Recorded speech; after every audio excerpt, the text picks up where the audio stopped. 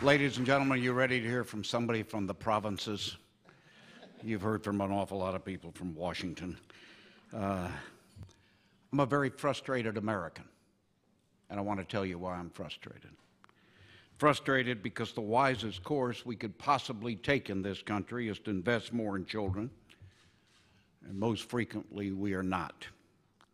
Frustrated because the evidence of why this is so important seems so clear, but if so, why isn't it happening? Frustrated because upon such investments rests, I believe, the very future of this country. To be straightforward about it, I grow tired of policymakers telling me they love children and then not much happening. I want more than love. I want action. And I regard children as needing both love and action. They don't vote, they don't lobby, but we do, and we could do a lot more and much better. You have before you a full product of public education, elementary, secondary, and higher. And indeed, public education remains the real world for 90% of America's children. You have someone who grew up on a farm with 8 brothers and sisters. Someone who, from a very different era, who sat around a supper table as my father quizzed us on politics and policy and issues of the day. Someone who loves this country and knows our future depends on growing more and better educated people. And some of you surely are aware of the national report issued just a year and a half ago by a group of senior retired admirals and generals. And what did that report say? It said that 3 out of every 4 young people ages 17 to 24 cannot enter the American military, because they have a substance abuse problem, a criminal justice problem, an academic problem, or a physical problem. 3 out of 4. It's a matter of national security. I come, I know, from very different times. A time when this nation, our nation, was #1 in the world for high school graduation rates and college graduation rates. And today, my friends, we are number 20 and number 16, respectively, and slipping further. And I wonder how this is possible in the richest, most generous country on the face of the earth. And what I'm talking about this morning is not those children or other people's children. I'm talking about our children, all our children. The exact same principles that raised my 5 children, that is the right blend of health and education and nurturing and love, are the same principles that raise everyone's child. Do some children in some families need more help? Of course they do, and they ought to get it. But I believe to the core of my being that we will never make more than slight and incremental progress for the children and for the future of America unless our vision and our actions embrace everyone's child. This is not, in my estimation, socialism. It's not radical. It's not the beginnings of a nanny state. Rather, I would argue it is American to the very core. The same sort of thinking that led to everyone having the right to vote, to the passage of Social Security and Medicare, to the civil rights and the women's movements and so forth and so on.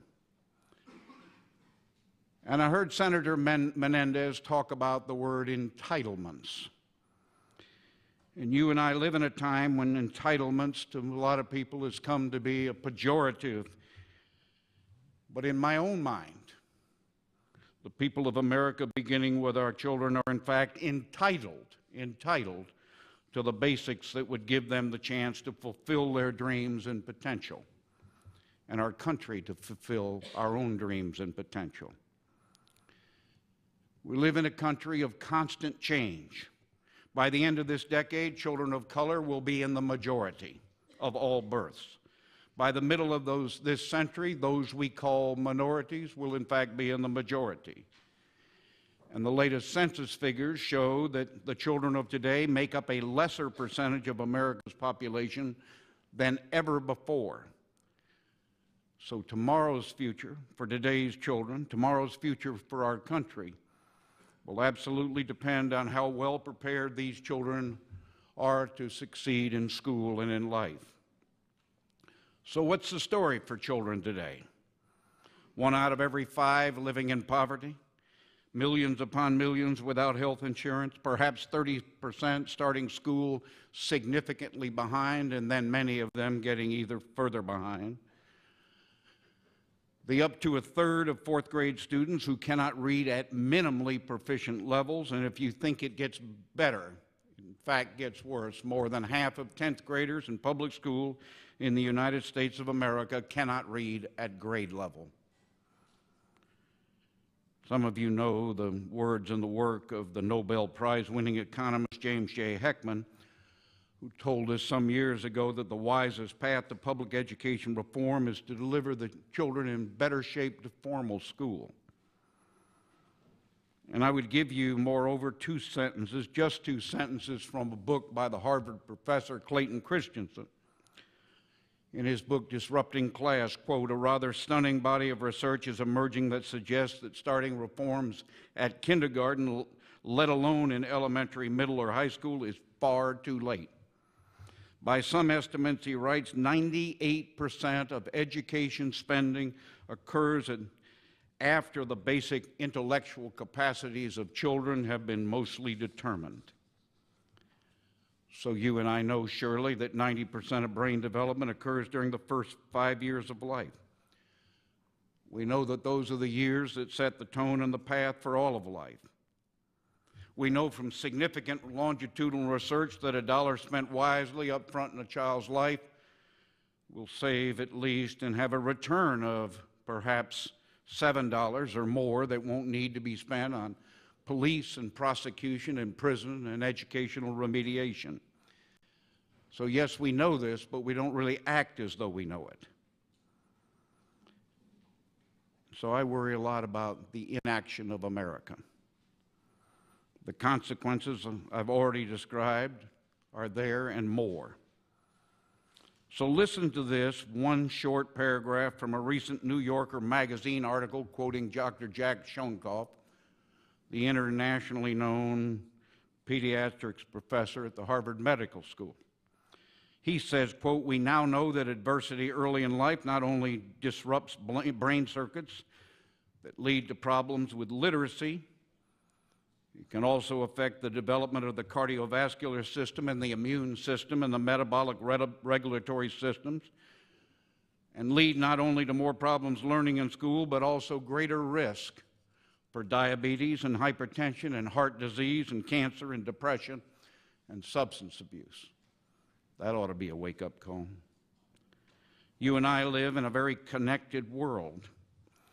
If you and I want for our own families and for everyone else's a community and country full of optimistic and contributing people, you and I are not going to be able to hide from those who will grow up to do us and themselves great harm. So when we believe in all children, we help all of us. It simply makes sense. Practical, economic, and moral. Makes sense that it is in our best interest to be mindful of how everyone is doing.